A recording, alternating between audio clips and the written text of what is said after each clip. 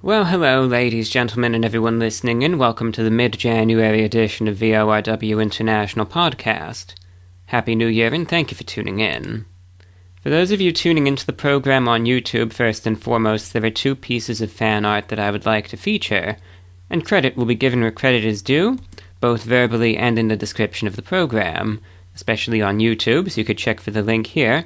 First piece of fan art, credit to an individual who'd like to mention their YouTube channel, goes by the name NightwingTQFTCC, and again, you can check that in writing in the description, it'll be there. Second piece of fan art goes out to an anonymous listener. Next, what I'd like to do is, for a moment of your time anyway, give a little bit of a shout out to some of the sponsors of this program. Today's episode is brought to you by Bluegill Enterprises, LLC, where creative design meets craftsmanship. Whether you're envisioning a serene patio oasis, a sturdy privacy fence, or a bespoke structure that stands out, Bluegill Enterprises is your go-to. Born in the Midwest but crafted in Oregon, Bluegill was founded to bring creative design to backyards, homes, and farmsteads. They specialize in one-of-a-kind designs tailored to your needs. From custom carpentry to intricate construction, and even rock and earth work, they do it all. Bluegill proudly serves Oregon's Willamette Valley.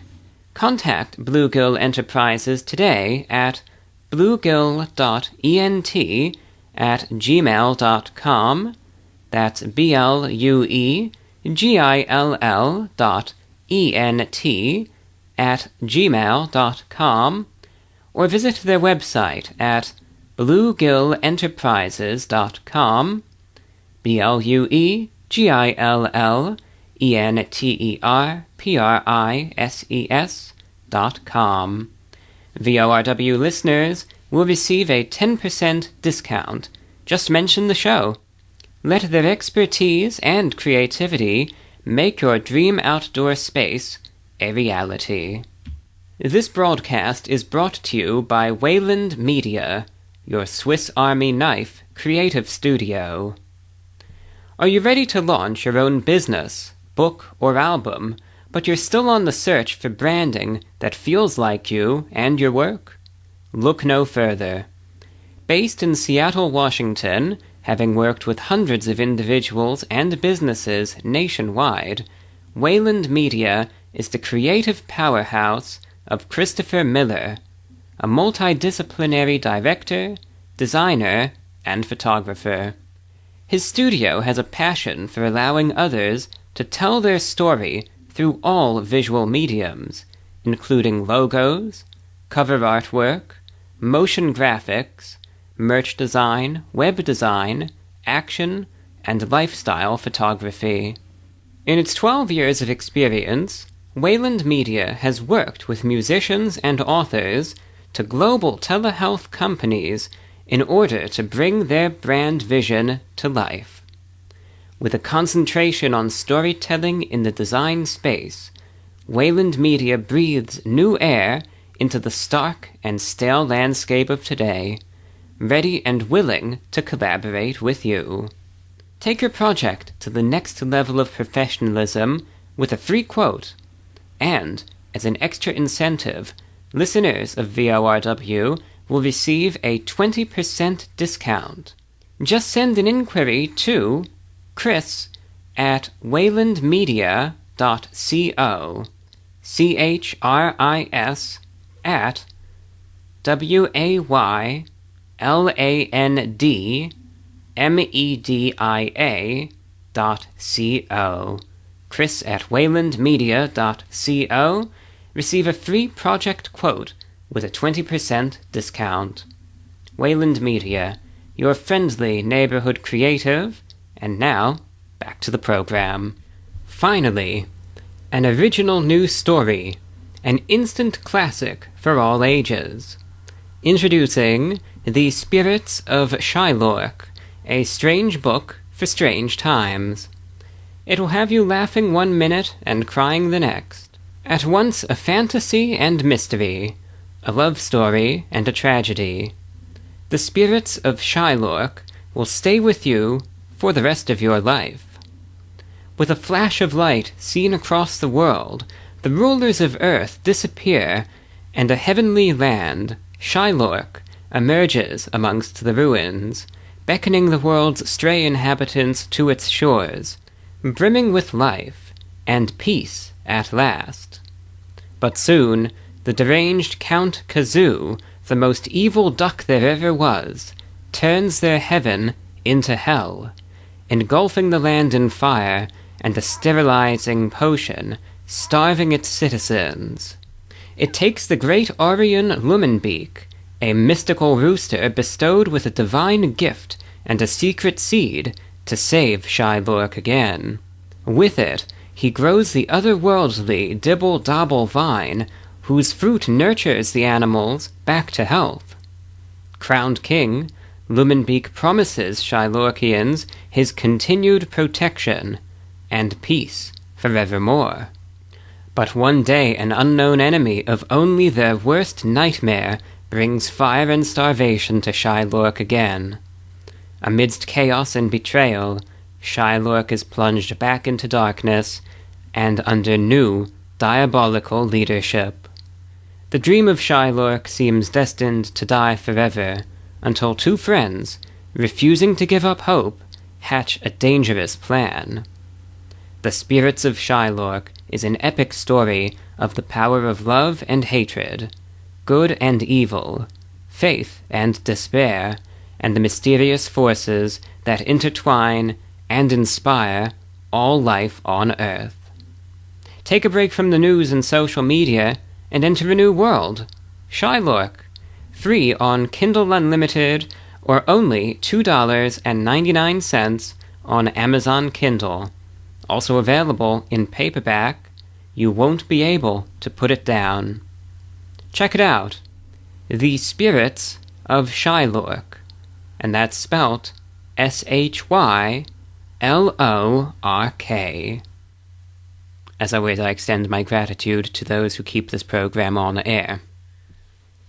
Alright, I'm at a crossroads. And I'm going to leave the choice up to you as the listener. What I wanted to do, because my motivation, it's just struggling, I guess, with this podcast only. The YouTube's fine. The radio broadcast, I love doing that show. Oh, God, I love it. I really do. That's where the real passion is, I gotta say. And I know there's mixed feelings about it amongst the audience here, but I can't hide what I like the most as far as the content goes, and I'm having a blast doing that. You could find a broadcast schedule in the description of this program. You could listen in, though, via Shortwave. You could listen in online. You could support that program, patreon.com/The Report of the Week. And it's just, in my opinion anyway, a good show that I get to the microphone and conduct with pleasure, twice a week, every week, and it's just very enjoyable. I like it, and it's a lot of fun. But if you do have a shortwave radio, you could listen in, again, twice a week, every week. There's an updated broadcast schedule in writing, and I'll post it on the screen here as well, for those of you that want to see it. Still have the broadcast to Europe and Asia, 17, 8, 10 kilohertz. That's very well received, and that airing is not going anywhere anytime soon. Okay, here's the question that I wanted to ask. Normally around this time of year, I do the predictions show. I've no objection to doing a 2025 predictions show. However, I will say there's been no interest expressed in it whatsoever. I think there might have been like one post on Reddit, I think, that came out about it. Someone was asking, which I respect that. But barring that, there really hasn't been anything. Now, granted, I haven't really mentioned anything about it. However, you would think if there was a lot of demand for it, people would just be sending said predictions in to begin with, or would be asking about it, and there really hasn't been any of that. I think I've gotten 0 emails even asking about it. I myself, I'm just not really all that, gung-ho about predicting anything. If I'm to do a predictions show, I don't think I'm going to do a prediction of my own this year. It's just... if the world ends, the world ends, And if it's utopia a year from now, then that's excellent. And it's just I sort of just shrug my shoulders and it's going to be what it is. Right? And that's all that there is. It's not like I'm really fired up about anything. I've just got more on my mind than that, I suppose. Nevertheless, I would still be happy, even if I'm sort of neutral at best toward the subject. I would still be happy to moderate a predictions show. I'll sort of stay out of the way and read the predictions, and I'll be happy with that. I'll be happy to do that.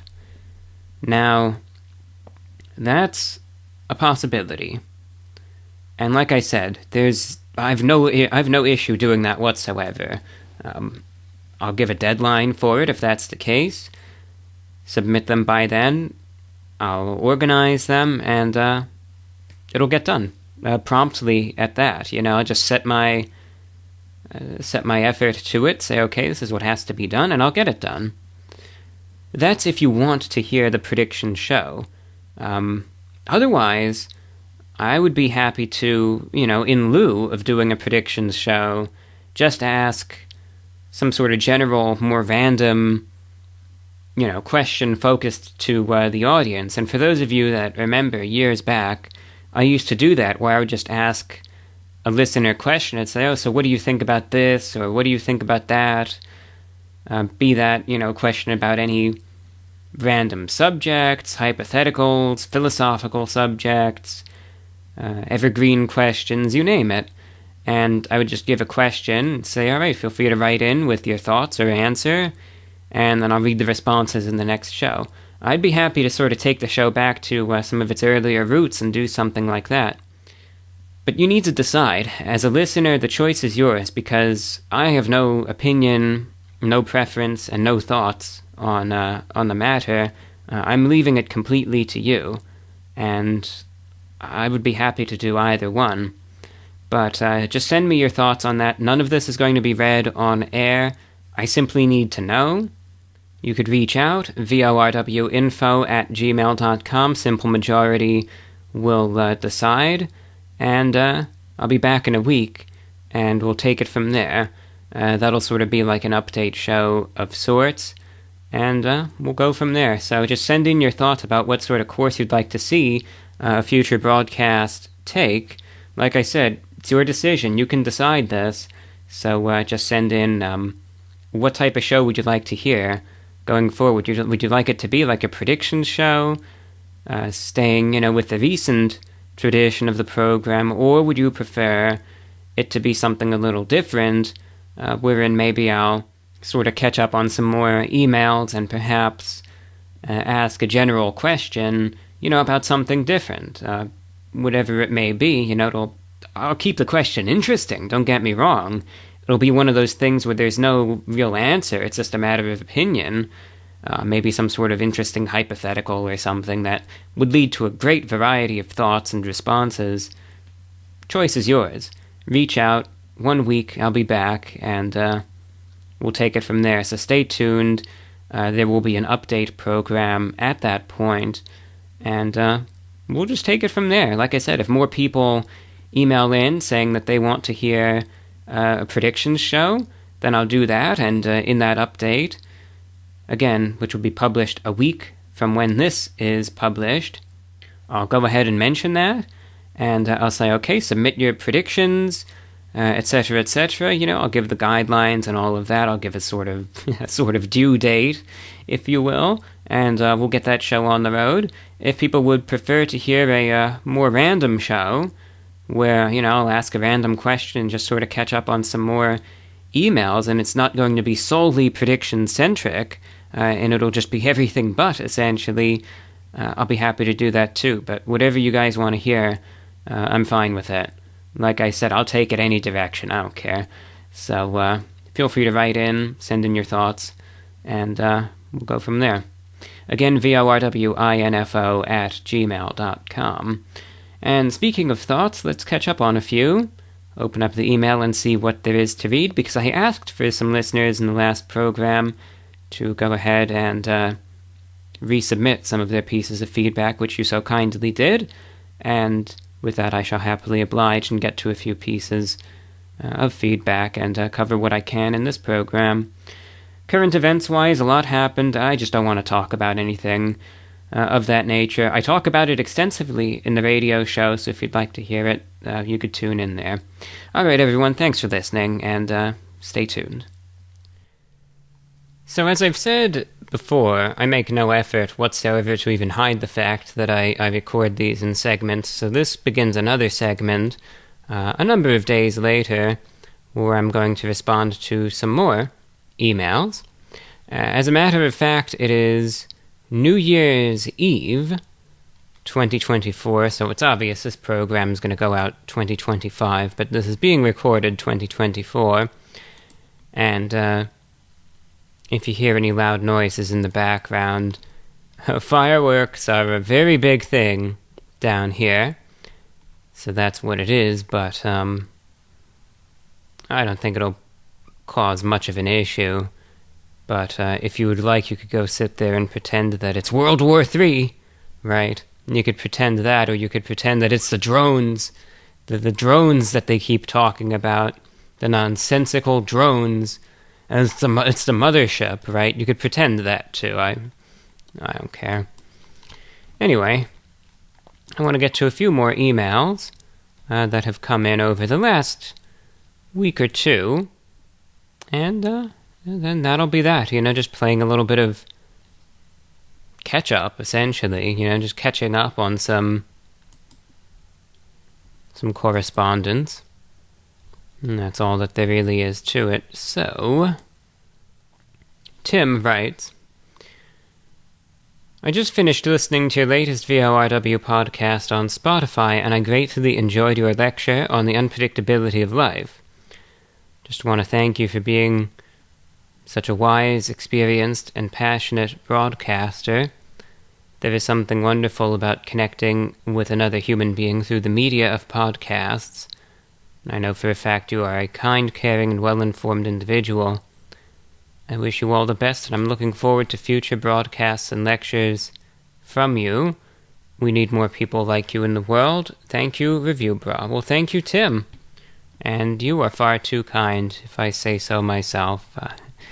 I don't see myself as you do, but it means a lot, and I thank you for your kind words, and it's a pleasure to have you as a listener, and there will definitely be a lot more to come, so just stay tuned in. I know that the regularity of these programs isn't guaranteed, but they certainly will be a-comin', as they say, through 2025. So you just stay tuned, and there will be more to come. Minnesota Mike checks in. As someone who loves to wear suits, do you find the Florida heat and humidity a hindrance? In Minnesota, summers, it gets very hot, sticky, sweaty, and gross. What is an AC bill like in Florida? I have 2-bedroom in central Minnesota, and my electric bill was once $250. I just envy how some people survive heat. I'm admittedly overweight, but I just run hot. Love your work. Just a random question for you. Well, thanks. Minnesota Mike checking in. I imagine, and this is just a shot in the dark, I imagine you could probably get, some people who are born and raised in Florida who think, that a 60-degree day is cold, will probably look at some of the winter temperatures in Minnesota and say, how on earth can you survive up there in the wintertime when it gets so cold at night, when I'm sure they might say, what's the heat bill up there like? How could you deal with it? But no, it's you do bring up a good point, of course, in regards to the heat, and especially the humidity in Florida. Now, I would say this.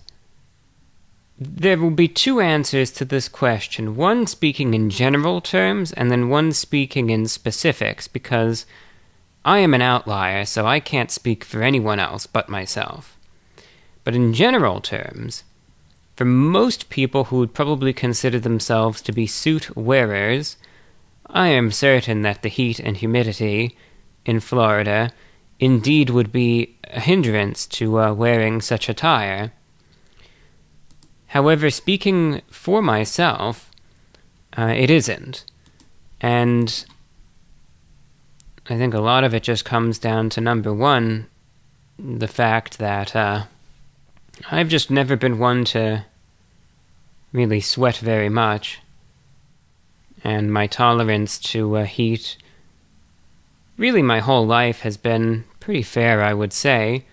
But these days, I suppose one could say I don't really have a lot of meat on my bones at this point anymore.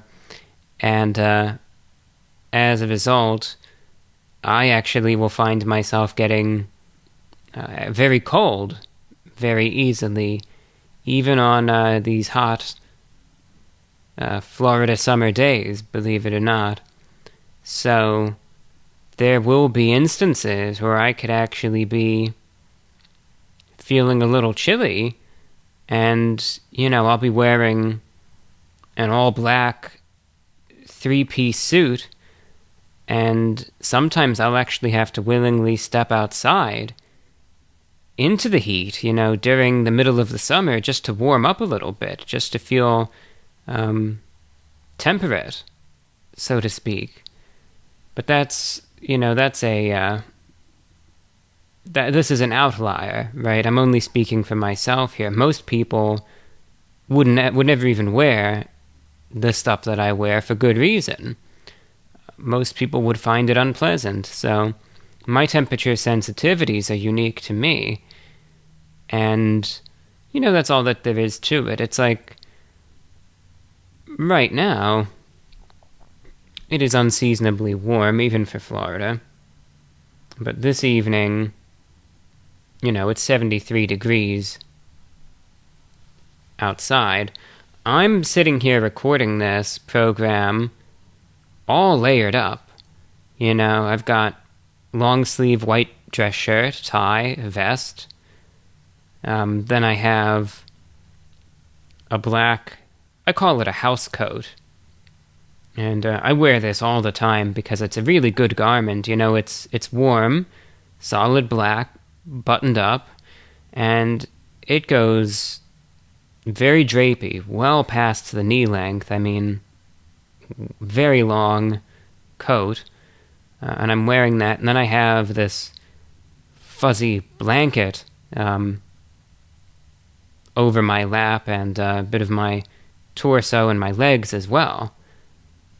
And it's 73 degrees outside, so it's like most people would just be sitting there in shorts and a t-shirt, and here I am dressed like it's 10 degrees outside, so it's all a matter of one's sensitivities. Now, air conditioning bills are very variable, so there's not necessarily answer that covers everything, because a lot of it is circumstantial, wherein it could depend on the electric company, because, you've got, for instance, Florida Power and Light, you've got Duke Energy, you've got OUC, you've got all of these different electric companies, and some of them are better than others, some of them are cheaper than others. And then it also comes down to one's preferences, the efficiency of the unit, what you're trying to heat, or what am I talking about, cool for the most part, so on and so forth. So, I've seen instances where the electric bill from the AC unit running could be shockingly, and I'm talking shockingly affordable, to being quite expensive. So from personal experience, I've seen instances wherein you could have central air running perpetually during the heat of the summertime, and it might only cost $100 a month for a whole house. And that's it, which, you consider that's actually not bad at all. That's way better than what you would expect. But there are certain circumstances wherein you could have, you could have just an apartment, and it'll cost $300. So it's really case by case, but, I've seen both extremes, somewhere in the middle, but obviously there is going to be a bill that, more likely than not, will probably be sizable to an extent, because, for the most part, if you want to be comfortable, it's going to see good use. It definitely will. These AC units, they get worked really hard down here in Florida, understandably, and they require a lot of work, a lot of maintenance too. As a matter of fact, my unit was running into some problems the other day. It's like an HVAC unit, and there was an issue with the drain line, the condensate drain line, and had to deal with that. Just had to clear it out thoroughly, and it's one of those situations where it's like you could do everything, and sometimes there'll just be stuff that'll build up in there no matter what you do, and you just need to maintain it, so I was doing all sorts of things there, and it got sorted out. Everything worked out well in the end, but these sorts of units, they get a lot of work. I mean, they see a lot of work, I should say. Interesting question. Thanks for writing in. Big Mike checks in, says, years ago, I believe you mentioned that you had a tradition where you would watch the Twilight Zone every Saturday or Sunday with some pizza. Do you still continue that tradition, or did that pretty much run its course once you watched the whole series a few times over? There was a very popular television show in the late 80s, sort of in the same atmosphere as the Twilight Zone, called Amazing Stories, produced by Steven Spielberg. I really recommend it if you've never watched them. Few others to mention that are decent from the 80s are Tales from the Dark Side and Ray Bradbury Theater. So to get to your first question, no, I don't do that. I haven't done that tradition in probably close to 10 years now. So no, that's been long gone. I have seen Amazing Stories, though. It's good theme music by the great John Williams, and I always found those to be pretty enjoyable, too. Lloyd writes, just wanted to drop you a line and tell you that I love the shortwave broadcasts as well as the food reviews. Stumbled onto you during COVID. You've been a big comfort to me ever since. Been subscribed and engaged for coming up to half a decade. Wow. Resonate with your shows and subject matter so thoroughly. I'm happy to have found a new long-form radio program to enjoy. Thanks for continuing to put your time and resources into it to keep it going. And I thank you for being unapologetically yourself, in your personal style, sharp wit, and content of your character. You make the world a brighter, more intellectual, more refined, and more genteel place. Godspeed to you on your on your continued consumption of Taco Bell. All the very best to you and happy holidays, Lloyd. I thank you sincerely for your kind words and very, very nice feedback there. Thank you, Lloyd, and it's great to have you tuned in for close to 5 years now. Isn't that something? How time flies. Wow, thanks for listening in, and thank you for your kind words there. Dana from Pennsylvania checks in. Just wanted to let you know that I've been subscribed to since the beginning. Your review of the Great Value Water made me laugh my ass off. I'd love to see your tie crooked or a hair out of place, though. Few questions out of curiosity. Number 1. Are there alligators in the water behind you? Have you ever encountered one? There, at the very least, there are periodic alligators in the water there for sure. I would assume that, the way they always say it, and I could understand why, assume that any considerable body of water in the state of Florida has an alligator in it. That's what the saying goes. And for good reason. So I oftentimes assume that there's an alligator in there. I'll see them periodically, absolutely. I've seen small alligators. I've seen some pretty big ones. I remember there was one morning, I just happened to take a glance out the window, and there goes this alligator, probably a good 6-foot-long alligator, just swimming by, making the rounds, just doing its thing.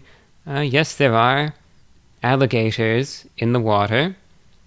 Most of the time, they just remain confined to the water, though. I mean, obviously, they get in and out, but they like staying in the water the most.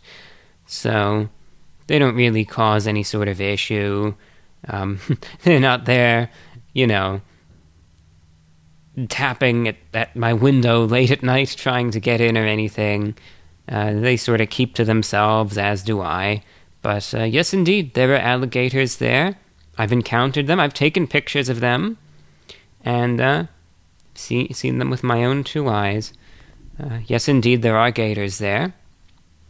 You also ask, what is your favorite song? And thinking about that, I don't really know if I have a favorite song. At this point, I just sort of listen to a little bit of everything. I could sort of narrow it down. I like a lot of music from the 80s and 90s, but I don't know. There's just, at this point, I don't really restrict myself all that much. I just sort of listen to, whatever. I listen to a lot of the older music, though, from, again, the 80s and 90s, but, just listen to whatever I'm feeling and go from one song to the next. Years ago, I would have said, Oasis, or this, that, or the other thing, but I've sort of moved on from that. Not that I don't like Oasis anymore, they're an excellent group, but I guess my musical preferences are just a bit more varied at this point, but I am not a big fan of contemporary music of any genre, I could tell you that. Now granted, there are exceptions, but most contemporary music, especially most popular contemporary music, I do not like, and I do not listen to. I'm a much, much, much bigger fan of, again, music from the 80s and 90s. A lot of good 70s tunes, though, as well. And 60s. Even some 2000s stuff can be pretty solid. What do you do for fun in the great outdoors? I don't really go out all that much. I take walks. I will take walks. So that's probably the most I will do as far as recreation is concerned. Though it's been a while, admittedly. Esther checks in, says, may this email find you well. Haven't written in for a while, but I've been a fan of yours for a long time, and you're my favorite creator. Wishing you and your loved ones a happy, healthy, and prosperous new year. Cheers to the new year from Esther. Esther, thank you for checking in. It's been a while, but I appreciate that you've been sticking around through the years, and thank you for your New Year's wishes, and I send the same to you. May your 2025 be a wonderful one, and I thank you again for your kind words and well wishes there, and for your continued support through the years. John checks in, says, I was wondering if you know of Ask Oki. Considering that I didn't even really know how to say that, I think you pretty much already know the answer, just based off of that. They are a suit tailor company that matches your style in both suits and demeanor, very dapper, very traditional. They have a YouTube channel, and I recommend you watch them. I think you will enjoy listening to their talks regarding suits. Thanks for the suggestion. Yeah, check it out. Take a look. Let's look at some images.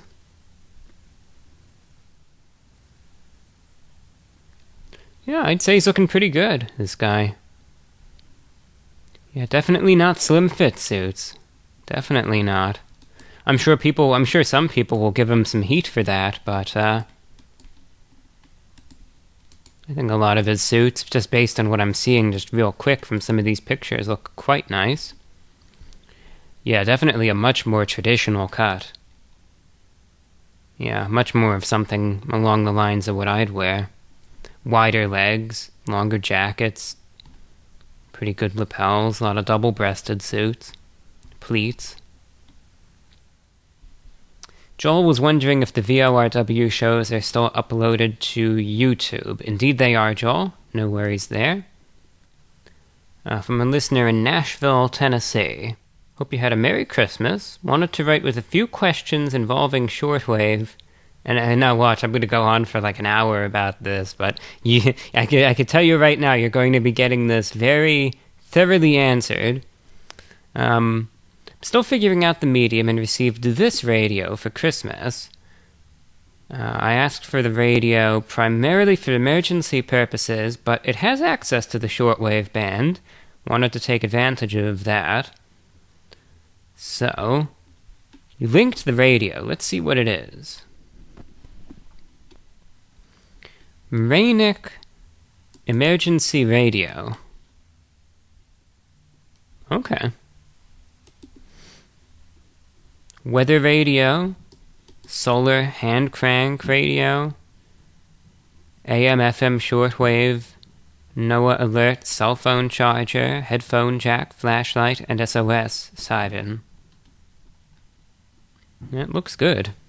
Looks like it has it all. Looks like a pretty good emergency radio to have. Pretty affordable, $40. 2.3 to 22 megahertz. Okay, covers everything you need, really. All the broadcast bands. Okay, what are your questions? Alright, number 1. Most shortwave frequencies I'm finding online are listed in kilohertz, but my radio only reads in megahertz. Does standard conversion apply here, or am I missing an extra step? For instance, if you say you have an upcoming broadcast on 5850 kilohertz, I would tune my radio to 5.85 megahertz. Yes, indeed.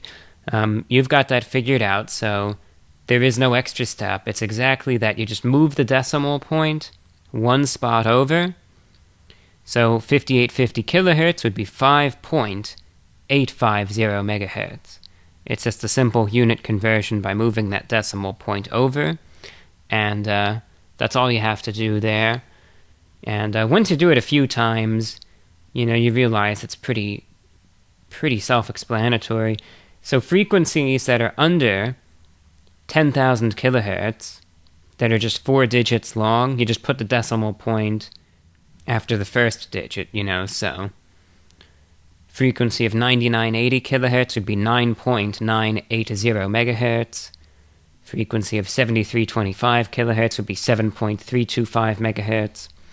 For shortwave frequencies that are over 10,000 kilohertz, because now you've got another digit added, you just add the decimal point after the first 2, which again, it's a self-explanatory, so a broadcast on, I'll use my frequency to Asia, 17810 kilohertz, that would be 17.810 megahertz. Or let's say the Voice of America's frequency that they use mostly for English to Africa broadcasts, 15580 kilohertz would be 15.580 megahertz. So very simple. You just move the decimal point, and you've already got it, so I don't think that'll be much of an issue. Okay, and the other 2 questions, I'll send it to you in writing. You were just wondering about some frequencies for my broadcast and then some other broadcasts too. So, yeah, I'll send you those. I'll send you those in writing there, and then you could consult it and all of that. So good questions. Thank you for asking. Thomas has 2 questions. 1. Have you ever considered doing an updated fast food tier list? I imagine Chick-fil-A would still be at the S tier, Five Guys at the A tier, and Burger King, Taco Bell, and Little Caesars at the F tier. I haven't considered doing an updated tier list, but that is an interesting idea. I will tell you, though, and I couldn't recall off the top of my head what, aside from I remember I had Chick-fil-A at the very top, and I will say Chick-fil-A would stay at the top. I don't really remember what else, where I had certain establishments on the tier list, but I will tell you, if I were to make one right now, the vast majority would be in the F tier or the D tier. I could say that without a shadow of a doubt at this point. Lots of them would be very, very low. Probably 70 to 80% of whatever would be on the list would be at the two bottom tiers, with then a tiny handful of stuff that's actually qualified as food at the top.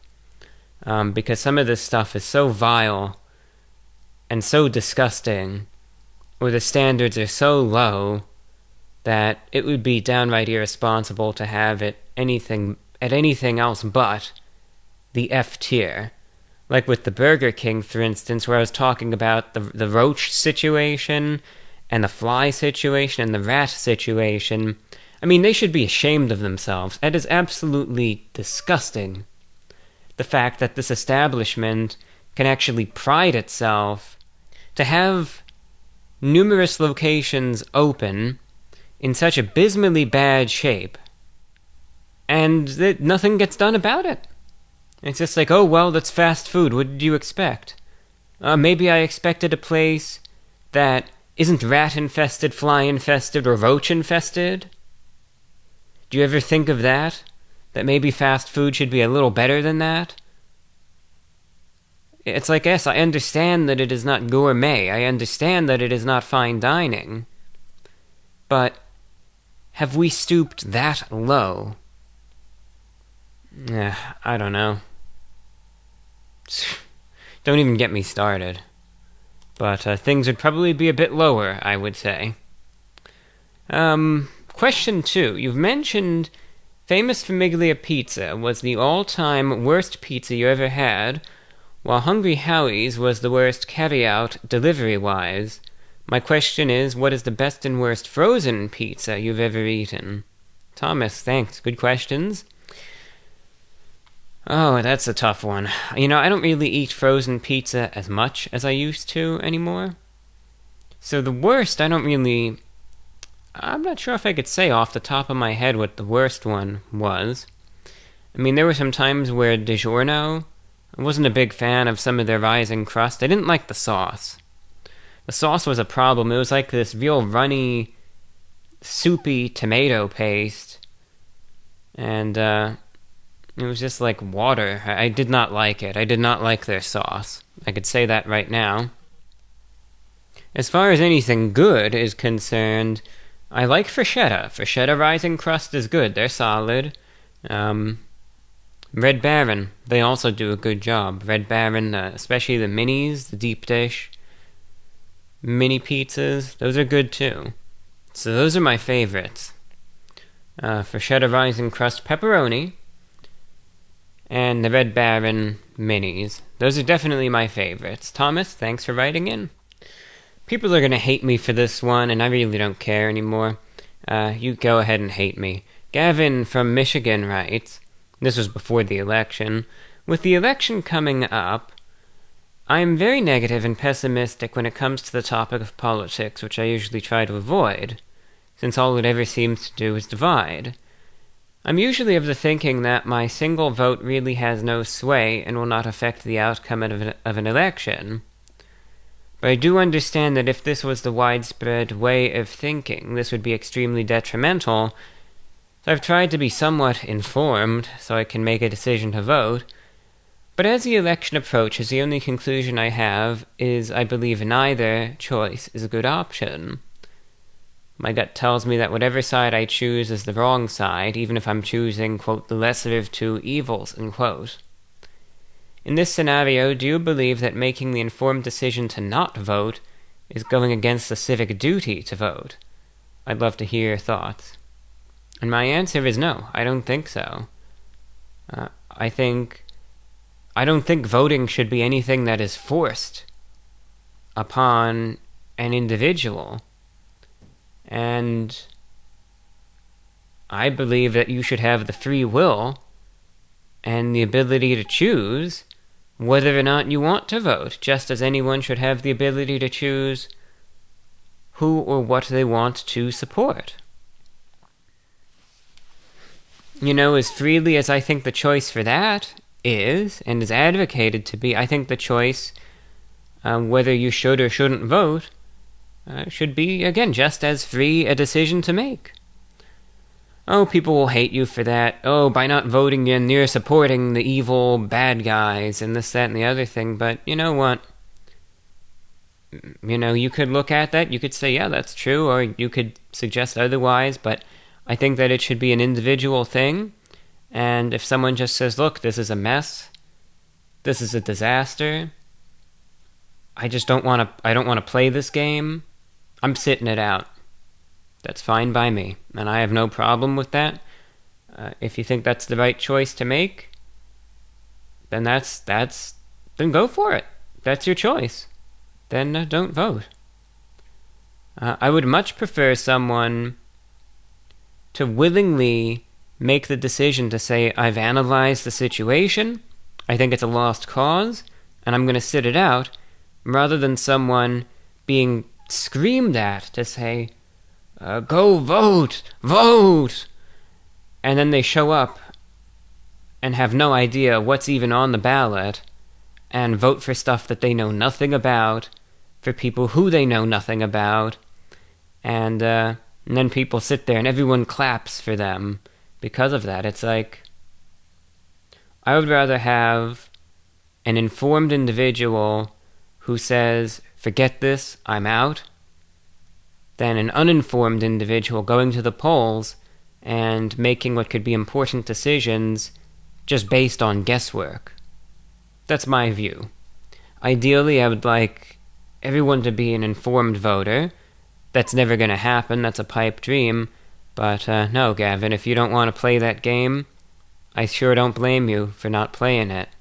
You know, you look at it and, yeah, you could be very jaded by what you see. You could think, nothing's going to get done, Washington is what it is, and what good is it? But it's a matter of perspective, matter of interpretation, but like I said, if you don't want to play, there's nothing wrong with that in my eyes.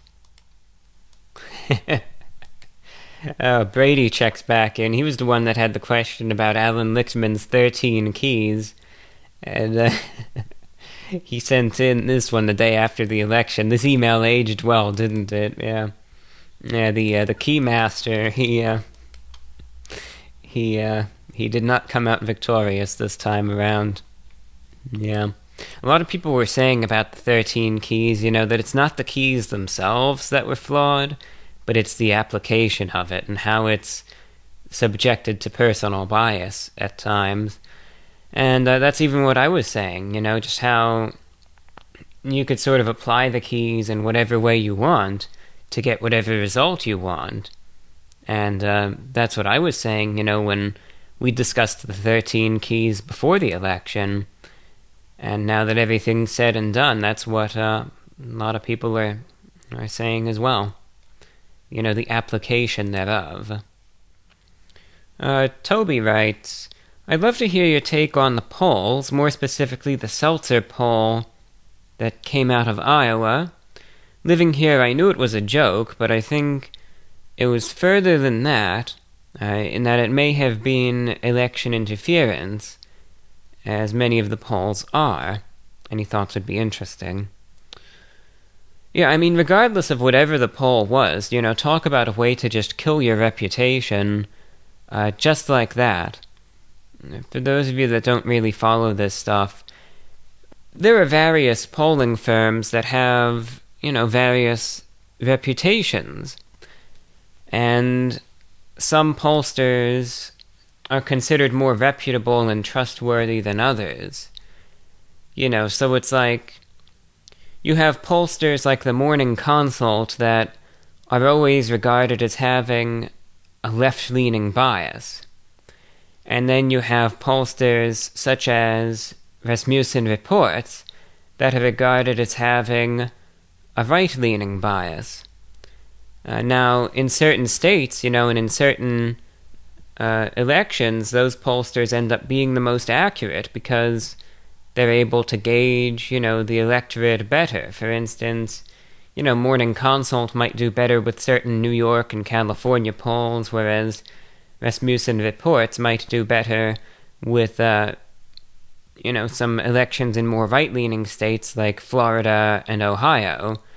Although I will say that a lot of the Rasmussen polls did do pretty good 2024 as far as the national environment is concerned.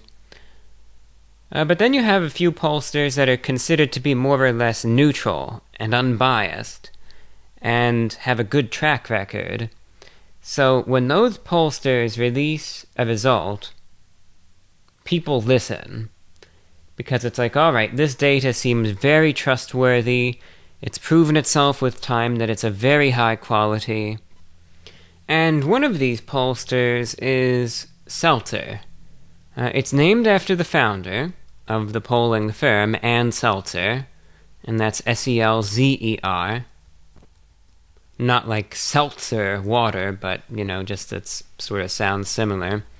And anyway, she was partnered with the Des Moines Register, and she normally does these polls of the state of Iowa, which, remember, nowadays it's a red state, but for a while, it was either a true swing state, or it was even a blue state in some cases. Like in the early 2000s, it was a swing state. In one of the elections, I don't remember if it was 2000 or 2004, but it had flipped. In one of those years, it voted for Bush, and then in another, it voted... And again, part of me wants to say that it voted for Kerry. I'm actually going to just look this up real quick. 2004 election, or was it for 2000? Okay, no, so it was the other way around. In the year 2000, it voted for Al Gore, and then in 2004 it flipped and voted for George W. Bush. So, that's, okay, that was the flip there. So it's a swing state in the early 2000s, Iowa, and mind you, in 2004, George W. Bush only won the state by 10,000 votes, less than a percentage point. Then in 2008, Obama swept the state. He won it by 9 points, well over 100,000 votes, almost 150,000 votes. Obama won Iowa by. And same thing in 2012, it was a bit more competitive, but Obama again won the state by about 6 points compared to Mitt Romney. 2016, it was looked at as a swing state. You had people that confidently thought that Hillary was going to win it, and others thought that Trump was going to win it. Trump won the state by 10 points. So that marked the beginning of the shift to the right that Iowa began experiencing. And then the trend continued in 2020. Trump won the state by about 9 points. So then 2024. Everyone was saying, oh, Iowa is a red state at this point. No one was really putting any time or effort into it. It was sort of like a write-off. And people were mostly going to look at the results of the Seltzer poll to think, okay, depending on how well it shows Trump winning in Iowa, that might provide some valuable information as to how, let's say, states like Wisconsin and Michigan and Minnesota are going to vote. So people were sort of looking at the poll and they were thinking, okay, if it shows Trump winning Iowa by 16 points, then that means that he's probably going to have a good shot at winning Wisconsin. But if it shows Trump winning the state of Iowa by maybe 7 points or less, then it means that Wisconsin might be a toss-up. So people were looking at the poll, and that's how I was looking at it too. I was thinking, it's all going to depend on how much it shows Trump winning Iowa by. So about 2 or 3 days before the election, word comes out that the poll is about to drop. I'm thinking, all right, if it shows anything Trump lower than 7, then that's going to be bad for him. Refreshing these pages that'll show the poll. And then it comes out, Kamala Harris +3 for Iowa. So you're telling me that this pollster then is saying that the state of Iowa is going to be shifting to the left by about 13 to 14 points, when no other polling firm in the country is showing that. Aside from this one pollster in New Hampshire that just polled their college campus, it's like, of course you're going to get a result like that if you do that, but... So you're telling me that Iowa shifts to the left, according to this poll, by like 13, 14 points. If that's the case, then that would mean that Kamala Harris is going to have more energy and more support than Obama in 2008 did. And I thought to myself, there are no signs that point to this whatsoever. So either this pollster is going to be proven in a few days as the best pollster to ever exist, that they caught such a substantial shift in the electorate that no one else did, that this is truly the gold standard, or something is seriously wrong here. I went with the latter. I thought, something's seriously wrong here. Something's really wrong with their data. And then some claims did emerge, like you said, as far as election interference. This will never be verified, mind you, but some people were saying that they found it interesting that some members of Kamala Harris's team, I think in Illinois, somehow got the results of that poll well in advance of anyone else. And people were just saying, that's an interesting coincidence, isn't it? Not like you could really do anything with that information. They just said, it's interesting. Makes you go, Well, anyway, election day comes around. The gold standard poll said that Kamala Harris wins the state of Iowa by 3 points. Instead, Trump wins the state of Iowa by 14 points. So that means that this poll was off by 17 percentage points. 17. So, whatever they did, they couldn't have screwed it up more if they tried. They got it so wrong. I mean, Trump won the state by 230,000 votes. And the poll was off so horribly. And then it was announced after the fact that Ann Seltzer made the decision to retire from polling. That was mostly a coincidence. I believe she said she was going to retire before this poll came out, which then led to more speculation. People were then saying, oh, see, that proves that it was bought and paid for and that she took the money and ran, because, there was no real repercussion for doing that. Other people said, nah, she just had no more Fs to give at this point. And then other people say, look, she's an honest pollster and it was just bad data. And that's all that there is to it. We'll never know the truth. We'll never know the answer to it. And that speculation, I think, will always exist. But either way, it was a horrible poll. No matter your view, no matter what you think that it was, undeniable, it was one of the worst polls that ever came out of the 2024 election. And it's a shame to see what was an A-plus pollster sort of ruin their reputation like that, to go to end things on such a bad note. That's just my opinion. Austin in Nashville, Tennessee. I was curious if you ever get invited to go on any of those shows like Hot Ones, And if you haven't been invited, are you open to it? Keep up the good work. So thanks, Austin. Austin from Nashville.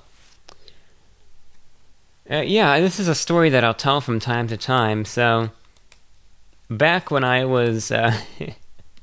back in 2017, when I was, as you would say, fresh meat, the channel was sort of just going around, getting a lot of attention. A lot of the memes and stuff about it were pretty new.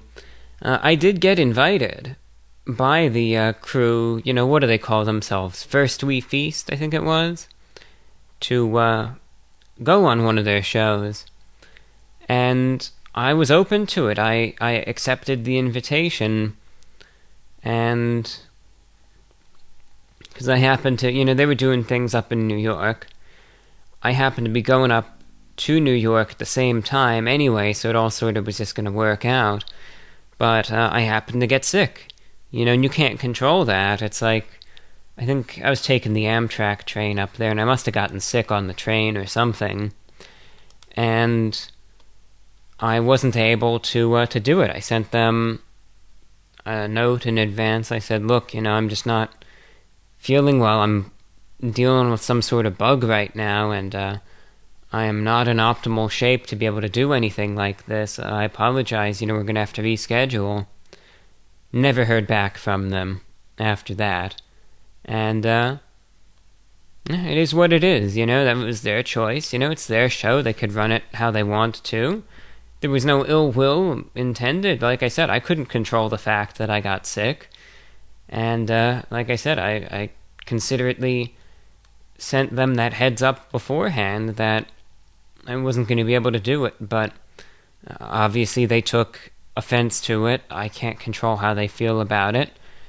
And they obviously hold some sort of animosity based on that. They're entitled to have their views and their feelings. Like I said, I don't blame them, but no, that was that. And that doesn't really bother me. I just say, well then, just wasn't meant to be. So, fell through. And life goes on, and it's been 7 years since then. And I don't really feel like I've missed anything by not being on Hot Ones or anything. Would it have been an amusing time? Sure. I'm sure it would have been quite entertaining too, but you know what? Life goes on.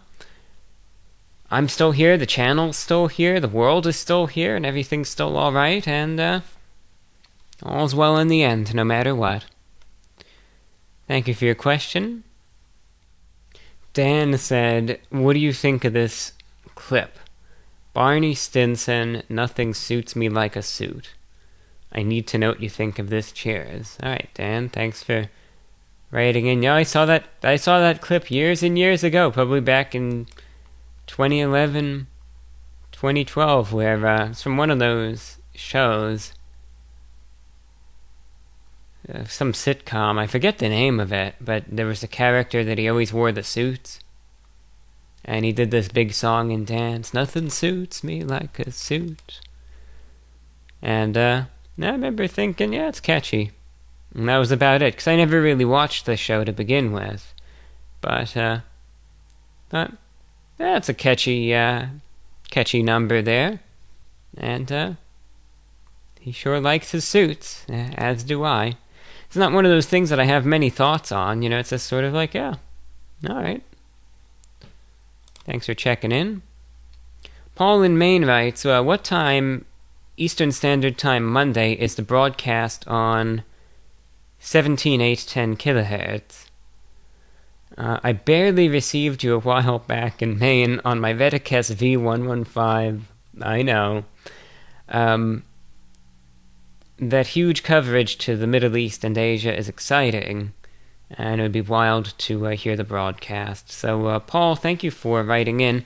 10:30 a.m. Eastern every Monday. 10:30 a.m. Eastern every Monday, 17.810 megahertz. Because I know the Redicast radios do everything in megahertz, so that would be 17.81 on the radio. 17.810.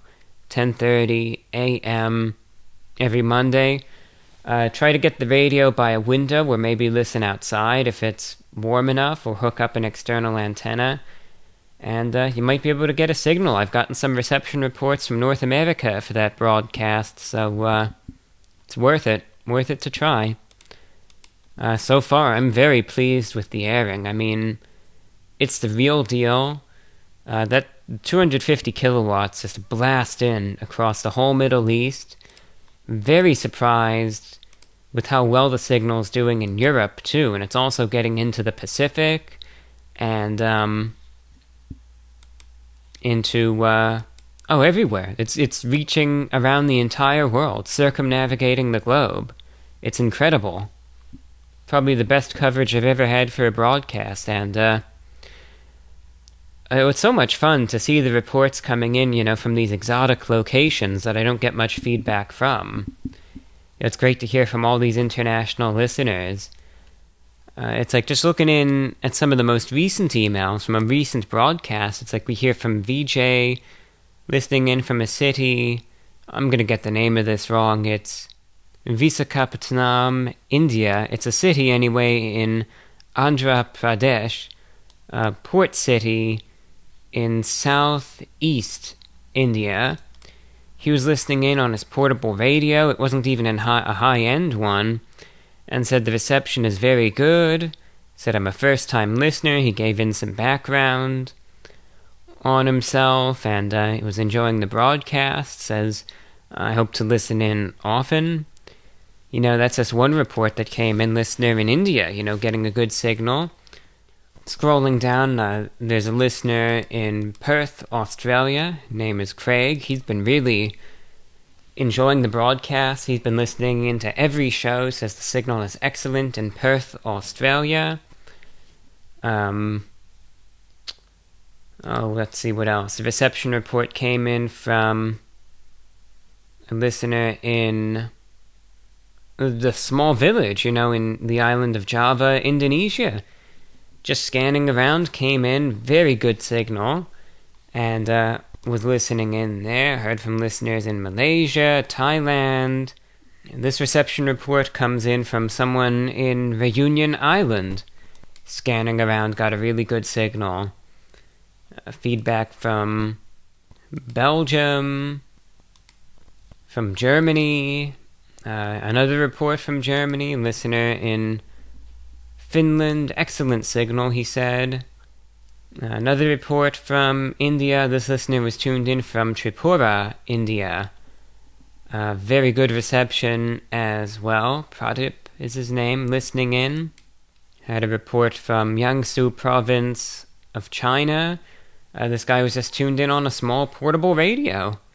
And said despite being surrounded by high-rise buildings, in the middle of a city, very clear reception, which is amazing. All the way over there in China. Got listeners in Italy and Spain, all tuned in. Luxembourg, Bulgaria. This guy said, I have an old radio from the Soviet Union days. I was just tuning around looking for something to listen to, and I caught your station. And it just goes on and on. It's just so amazing to see all these reports coming in, from these faraway parts of the world that so seldom I hear from. And now I have a broadcast with a clear signal, reaching all these new listeners, and the feedback is consistent week to week. So it's amazing, really. And it's such a joy to do. Right now, that broadcast, I have it paid for all the way through early March. So 17, 8, 10 kilohertz every Monday morning. It's not going anywhere.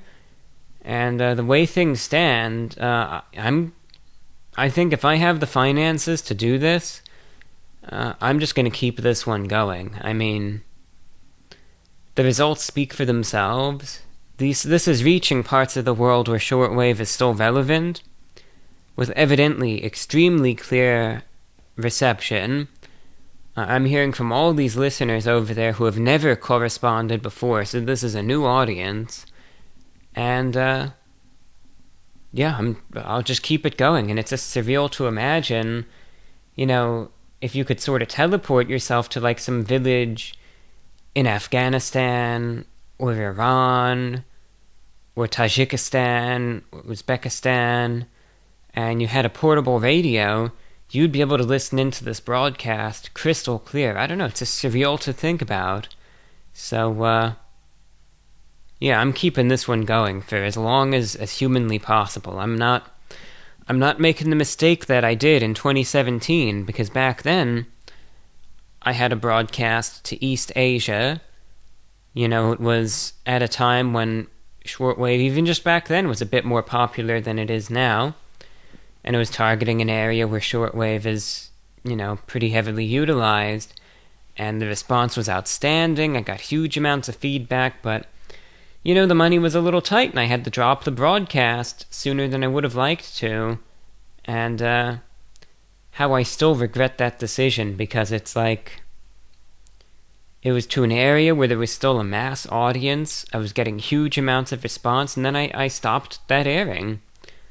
And that's not something I ever was able to have gotten back. So, you know, I wish I didn't do that. So, now that I sort of have another situation like that, where it's a high-power airing to an area of the world that still has, obviously, an existing audience that can hear the broadcast clear as day, it's like my gut feeling just screams at me, don't let this slip away. If there's anything you can do about it, don't lose this opportunity, don't squander it, don't make the mistake you did in 2017, and, yeah, don't let this slip away. So, you know, I'm going to try my best to keep this going, and, you know, I'll do what I have to do. Hopefully it can be listener-supported.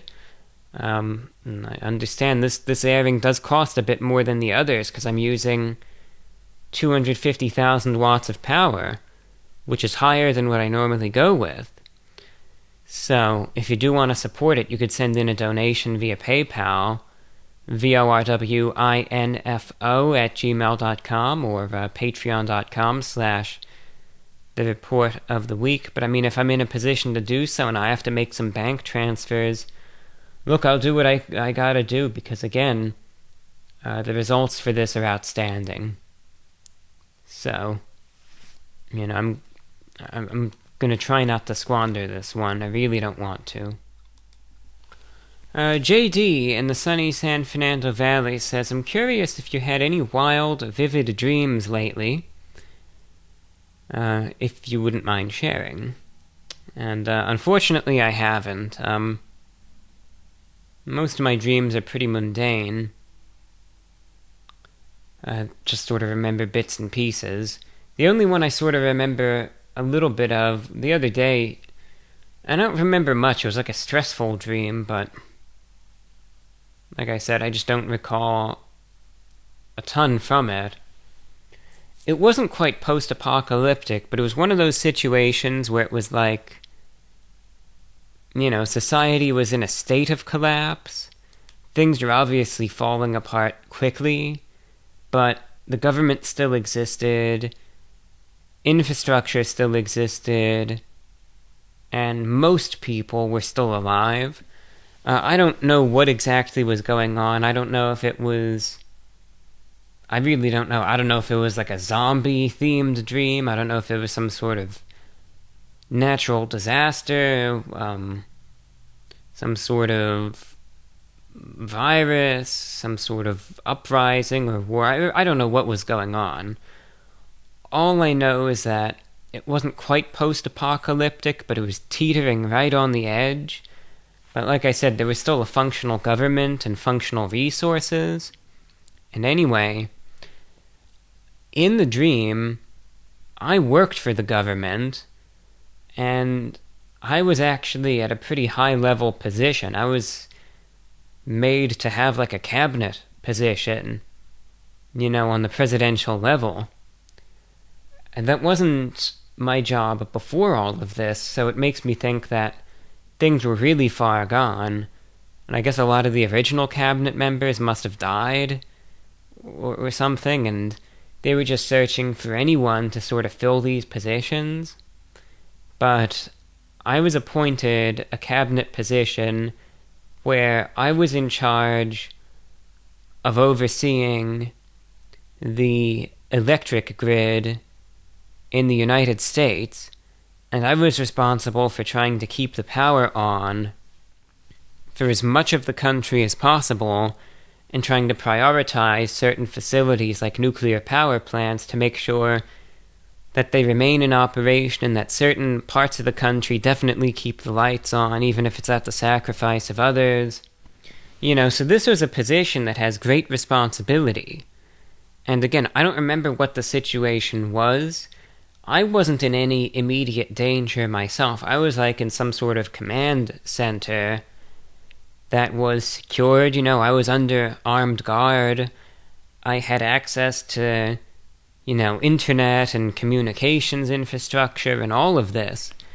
And I was overseeing, tens of thousands of people who were out there, putting their lives on the line to manage and maintain the power infrastructure. And I think I even had some sort of command, or at least, the ability to give orders militarily.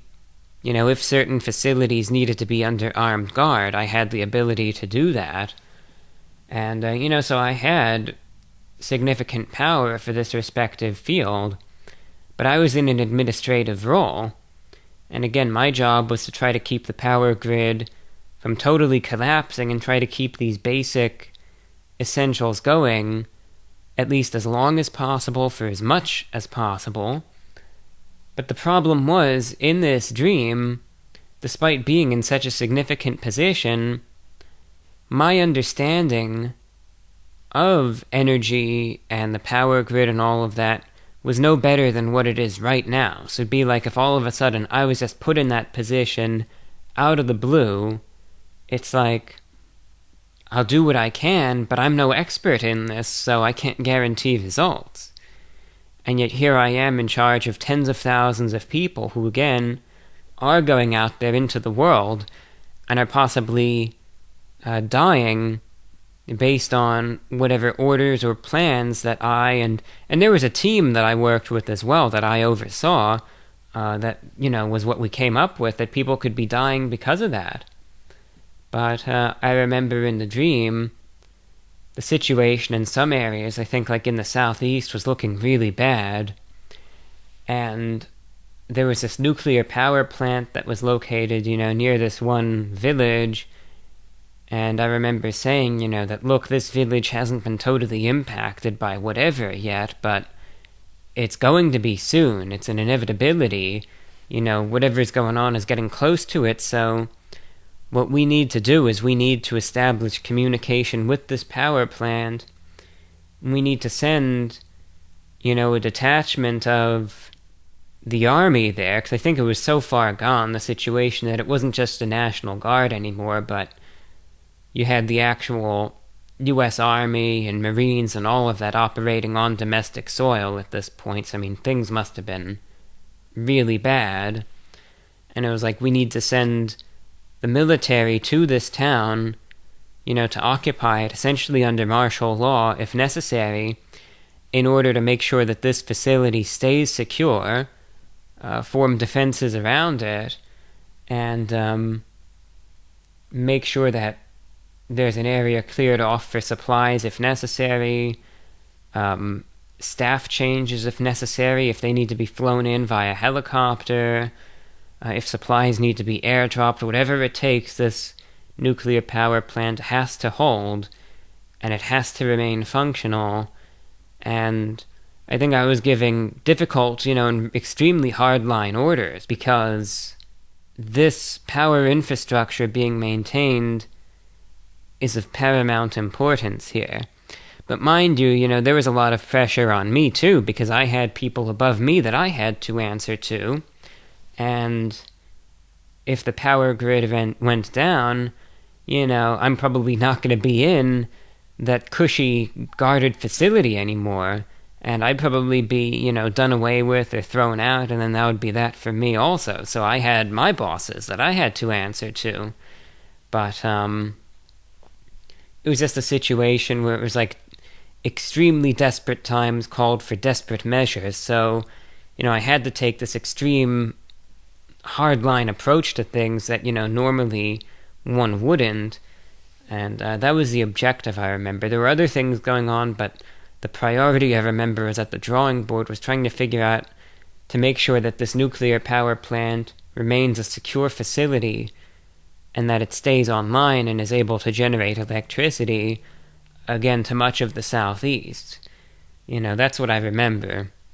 Like I said, I wish I remember what was going on that had things in this state of almost collapse, but, it was like things were barely hanging on, and I was just trying to do my best to keep things going, because it was also understood from like a morale standpoint from both, government and federal personnel as well as the civilian population, that if things like water and electricity went down, that would be a huge blow to morale, whereas if that infrastructure is able to stay up, despite everything going to hell practically, there's still that little bit of a sense of normalcy that can give people hope. And that was another part of the reason of why we wanted to keep the power grid up, aside from all of the obvious practical reasons too.